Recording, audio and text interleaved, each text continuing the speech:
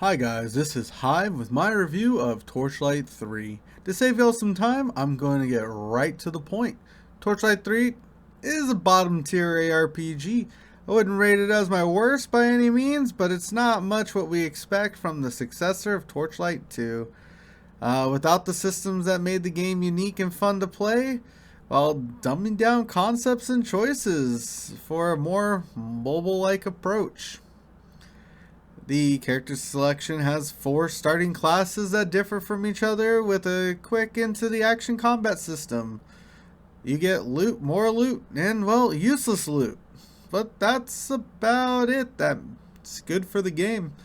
The pet system does make its return, given that it's pretty shallow, which becomes a reoccurring theme for the game. The game is just shallow. Storytelling is acceptable. It follows your traditional ARPG, save the world trope. Now that we got the TLDR out of the way, let's discuss the game itself. Character selection. Upon starting a new game, you have the choice of 4 characters. You have the sharpshooter, the dusk mage, the forged, and well, I call him the train man. The sharpshooter is a ranged DPS character focused on kiting and dealing damage from afar. It has an arrow mechanic that depletes as you attack. It's overall a really good class and was a lot of fun to play. The dusk mage, your typical spell slinger with added quirkiness that if you end up maxing your dark and light bars from casting 2 different types of spells, you get a boost of damage and your mana comes back. In multiplayer, it actually acts as an invaluable support / buffer for your other characters. Next you have the Forge, which happened to be my most played class, which is a ranged close melee DPS hybrid. It was interesting to play. The Forged overall is, I want to say, classless. It's hard to designate it as a specific class. The heat system that it runs with, it gains heat as you use other skills, and then you also have venting skills that allow you to reduce your heat to 0 while empowering those skills. Overall, the class took a long time to take off, and it definitely felt slow. I played on ridiculous mode, and it was a painful grind as my first look at the game. Next, you have, well, I call him the train man. The class has a mobile train that lays down track as you walk, and by far was the most popular build. I've seen countless videos of people playing this build. So I decided that I wasn't going to play it. I still haven't played it, but going forward, I might give it a shot. The skills that you spec into actually can change how your cart interacts. You can put a shotgun skill on and it makes a shotgun cart. You can add a long range gun on there and it does that. It's basically a petmancer for people who don't like pets. Next, we'll be going over the skill system and kind of your few options for using the skill system. You have such thing as focus skilling, which allows you to gain bonuses based on how many points you put into a skill, with some of those being global buffs to everything in that category. In my experience, it's been the most optimal way to reach mid to late game where points are more available to you. Then you have mixed skilling, and there are skill combos depending on what class you're playing, and some, like the Forge, actually require you to invest into multiple skills to allow for your character to function properly. And then we have respecking, and this was a big problem for me personally in the game. It gets a bit more confusing and irritating in my own personal opinion once you get into this. You have the ability to change where you put your points earlier, but these come at the cost of using a respectable, which never feels like there's enough of them. Now you might be saying, well, just spend your points wisely and it wouldn't matter about respecing your points, but that's where the problem with their skill level system occurs. You unlock skills as you level, and in order to stay relevant in the game and be able to progress, you need skills. So you're stuck investing into skills that later in the game might not work for your specific build. So for instance, on my forge, I was progressing to level 20 to unlock Cyclone. Before that, I had to invest points into other skills in order to progress through the game. And once I hit 20, well, all of a sudden I needed 10 to 15 respec points in order to make it so that the build felt good. Well, at that time I had 6 respecting points, respectables. I couldn't respec out. I was stuck with previous skills and I wasn't able to move on to the stronger skill or the skill that I was hoping to play. And then there is the Legendarium, which is it's kind of the same thing as Diablo 3 had, where it allows you to use legendary items effects without having to have that item equipped. You start off with a handful of basic ones, which I found was cool. They were unique and they were useful. And as you progress and you get more unique items or legendary items based on your class, you start to be able to put more and more in. And so at level 4, you get your first one. At level 20, you get a second one. And at level 40, you get the third one. I personally love this system and I wish more games would implement it. It's nice, it offers specific build buffs, and it's fun. I mean, who doesn't like getting a free headhunter? Next up, we'll talk about items, loot, and luck. On first glance, it's your basic slots, with a few unique ones depending on the class. That said, the affixes of the items are fairly bland. You'll be upgrading gear in the early to late game nearly every single time a blue or legendary drops. The difference of 2 to 3 gear levels around mid-game is insanely noticeable, nearly doubling at some points. Loot seems to be plentiful, and they gave us a way to get rid of it, using the spirit tree in the fort. After about 8 hours of gameplay, I maxed out the tree, resulting in me selling to the vendors again. Magic Find or Luck seems to be integrated into your character with a % chance in upgrading a drop or a mob dropping an extra gold stack or potion. Loot explosions are non-existent, so if you're expecting anything like that, you're going to be disappointed. Enchanting. So upon reaching the end game, you unlock enchanting, which is your crafting system, which throughout my gameplay was a reoccurring thing where I was like, wow, if only I could craft my gear, if only I could upgrade my gear, if there was only a way that I had the ability to customize my gear to my playstyle. I had lots of loot and I would have loved to turn into materials. I have a lot of items I've been selling to the vendor that I could have broke down for enchanting resources. But again and again, I had no enchanting table. I was unlocking recipes using the contract system, and I had no way to see what that contract was, that recipe I was gaining from the contract was actually giving me.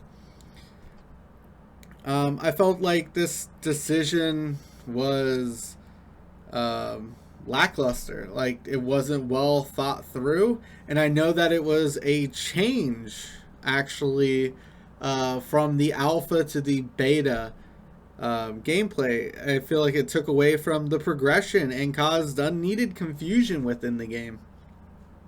Then we had defensive resistances, and each act has its own quote unquote primary damage type. And the first act had fire damage as its primary damage type, and every piece of loot that would drop from Act 1 gave you some form of fire resistance on it when it did drop a resistance. Upon entering Act 2, I realized I had no gear that had poison resistance, which happened to be the main damage type of Act 2. Upon leading to my first series of deaths. And of course, Act 3 is lightning resistance, which it was really interesting not having the resistances I needed in order to play through the act that I was transitioning into.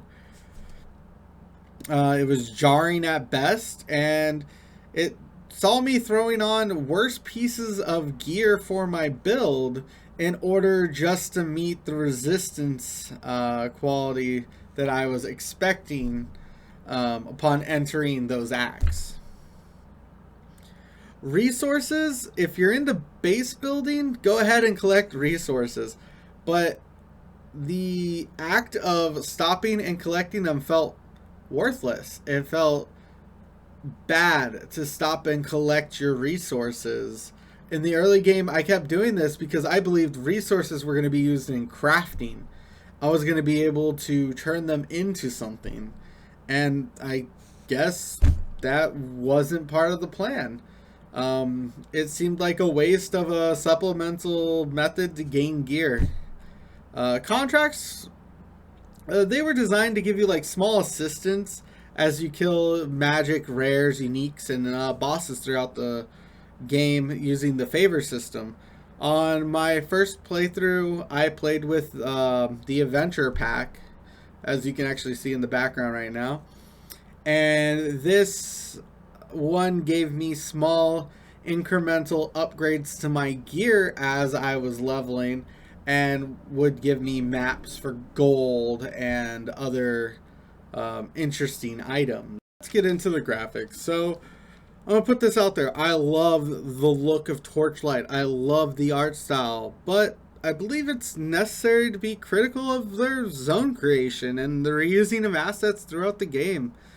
The overall repetitiveness of their zones, and they mostly look the same and have the same layout. With a few changes, and the biggest differences that we see within the game and the zones are between the acts. Having its own thematic differences, as being in a cave, or having poison, or having eggs nearby. But there's the boss fight, and the boss fights tend to always be in the same cave. You go to a teleport pad, it jumps you into this one little area, and you have a small area to fight the boss in. And then I found myself becoming bored with zones halfway through them, and I couldn't care less about some of the layouts because they all just started to look and feel the same. And sound. Dear God. I turned the sound off within 2 to 3 hours of the game. And I respect the effort that goes into scoring and making a game, and understanding that the quality and the output of like the sound. But that being said, there is no slider in the options to turn off sound effects. So I couldn't enjoy dialogue, I couldn't enjoy the music or anything else at that. all I could hear was the same sound of my weapon just slapping, slapping, slapping against the targets, or my skill making the same noise over and over and over again. And there was no way to turn it off without turning everything off. So unfortunately, sound took the biggest hit, in my opinion, from just not having a single slider. Go ahead, and I'm going to skip over base building. It was bland. It offered no real advantage, no real zone that I felt proud to call my own. But I think that's also because I'm a experienced ARPG player, and when something's not as efficient or not as interesting to me, I just don't interact with it. I did like that the shared stash was there. You could put full gear sets on your characters, which was pretty awesome, on like their little mannequins. And there was a few buildings for sacrificing items / resources and getting permanent benefits. So the end game, and this was something that I couldn't personally get myself to because of how difficult it was for me to progress through the game on my first character. That being said, I went around and I watched a lot of people experiencing this and listening to their feedback, and at the same time judging it based on what I experienced throughout the game. And it's basically the map, rift system, single death instant zone is like the easiest way I could sum it up.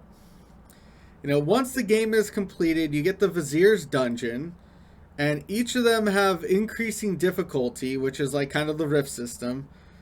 I saw that the gear and stats of the mobs and the monsters all scaled per level. Monster damage also scaled per level. The rolls on the affixes and the prefixes all were rolled upwards per level on there. When choosing a dungeon, you're presented with 3 of them from the genie, and from there the affixes ranged from damage type, monster health, gold drop, bonuses to the player. So you did get some choice. So that it was nice knowing that you can pick and choose, kind of like the mapping system, what you actually wanted to play there. But other than that, as you progress the system, you achieve milestones for killing bosses. If you were to beat 3 dungeons and then get to the boss and die, it would take you all the way back to your previous milestone, and you'd have to redo 3 maps to get back to your boss to get your new milestone. And I felt like it was extremely punishing in the sense that every single one of those that you were doing were scaling like really, really high up there. And that generally by the time you got to the boss is like hitting you ridiculously hard, and you're probably gonna die. Overall, my final thoughts on Torchlight 3. I'm going to give the game a 4 out of 10. The game functions, it runs. I believe it has potential. It has room to grow. That being said, the lack of systems and ARPG kind of feeling towards the beta, and seeing the differences between the alpha and the beta, it kind of shows that it was a build that was in turmoil during the whole time that they were making it, and I feel it reflected in pretty much what I experienced. The game's simple enough to a point. It doesn't require a fully fledged wiki to understand everything. I enjoyed the graphic cycles. The character classes were unique in a sense that it's something I haven't seen before, but at the same time, they're not as grasping. I didn't feel like I was a hero trying to save the world. I felt like I was a struggling soldier trying to pick away at the health of gods. The game felt like a mobile port more than anything else, and I think that's the best way that sums it up. Is that this was a mobile game, like design for PC players at $40, and I don't believe that the game was worth $40 from my experience with it so far.